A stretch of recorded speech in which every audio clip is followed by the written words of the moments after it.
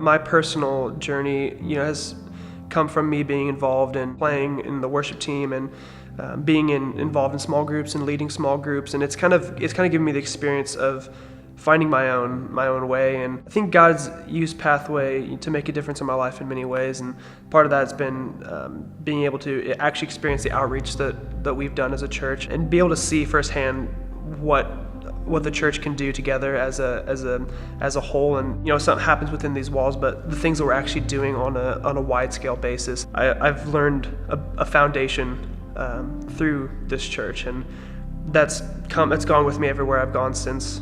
I've gone through many different seasons of giving, and most recently being in school, I've gone through the season of not having anything, making zero money. So that's a hard season when you're trying to give it.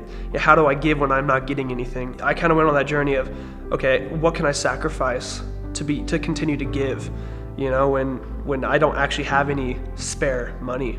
I need this money to eat today. That's when giving became real to me, because it was, for the first time, I had to learn how to sacrifice in order to give.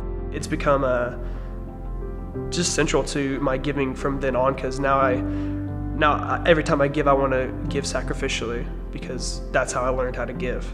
I'm coming into a new season of my life where I'm working, I'm actually making money, and now I'm going in, okay, what does it look like to continue to give sacrificially? It's quite a bit different than when I was living on my own and not making any money. What do I need to do? What does it look like for me, in giving my resources, my time, my finances? What do I need to do to continue to let my giving change me and to challenge me?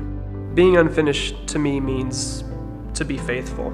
This initiative is about us. It's about people growing. It's about discipleship first and foremost. I would say, this initiative is for everybody. It's not for the people who have a lot of money. It's not for the people who are financially stable. It's about unfinished people coming along the journey of discipleship and learning what it means to walk as a Christian and what it means to grow and stretch and depend on God more.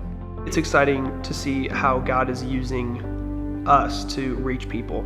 And I think over the next 2 years, I'm excited to see what that's going to look like. The darkness that's going to be flooded by light. And for me, that excites me. I just can't wait to see people who come along and how they're impacted and they're changed and they're inspired and want to go on that journey with us.